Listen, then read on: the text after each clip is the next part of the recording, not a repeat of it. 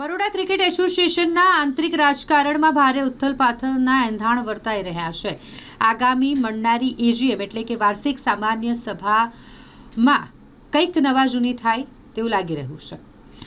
AGM પહેલા બંધ બારણે બેઠકનો દોર શરૂ થયો છે. નવી રણનીતિ રચાઈ રહી છે કે શું આગામી એજીએમ વખતે જૂથબંધી ફરી તૂટશે કે કેમ? આવા અનેક સવાલો થઈ રહ્યા છે. એજીએમની સત્તાવાર જાહેરાત પહેલા બીસીએના સત્તાધારી અને વિરોધી જૂથોએ મેમ્બર્સને એકઠા કરવાની અને વ્યૂહરચના ઘડવાની પ્રવૃત્તિઓ તેજ કરી છે. ગતરોજ બીસીએ પ્રમુખ પ્રણવ અમીન એન્ડ કંપની દ્વારા સત્તા જાળવી રાખવા માટે પોતાના સમર્થકો સાથે મહત્વની બેઠક યોજાઈ.